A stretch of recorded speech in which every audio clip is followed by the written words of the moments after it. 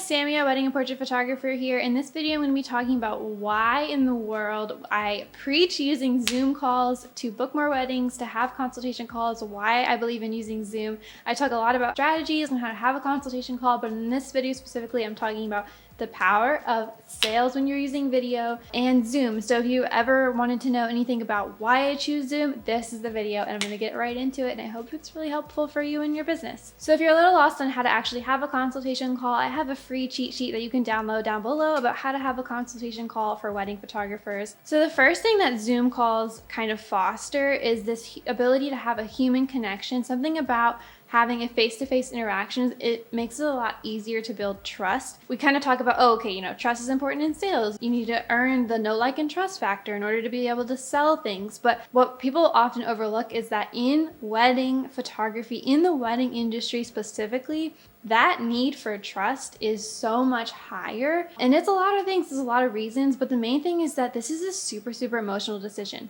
Wedding photography is a super personal choice. It's a very big job, and you need to convey a high level of trust in order to be able to sell something like that and run a business selling something that sensitive.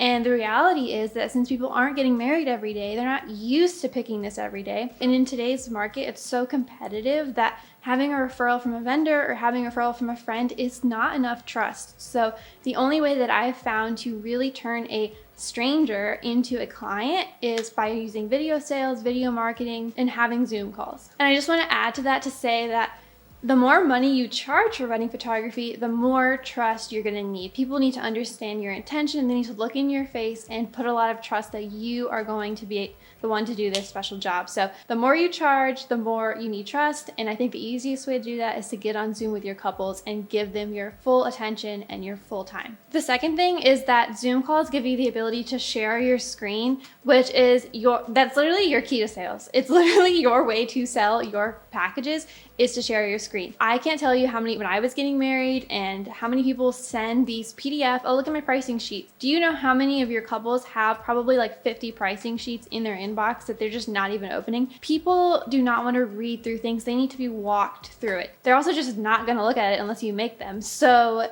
on Zoom, you have the ability to share your screen, and you can personalize the experience. So what I mean by that is you're not only pitching a collection, you can pitch a timeline, you can pitch a plan for their day, for their specific venue, and then match that to a collection that you have. So all of that is possible for them to visualize more if you're able to share your screen with them. And it's not the same over phone or in person when you're not looking at documents together. So the sort of sales strategy that I follow is I try to sell the couple on my drafted plan for the day. I'm recommending them 8 hours. I'm recommending them this many photographers. I'm recommending them this plan for the day. You sell them on the plan, and then you match the collection that you're selling with the price to the plan. So that is all much more possible when you're able to share your screen. Okay, the third one, I feel like I kind of said this, but I just need to reiterate this.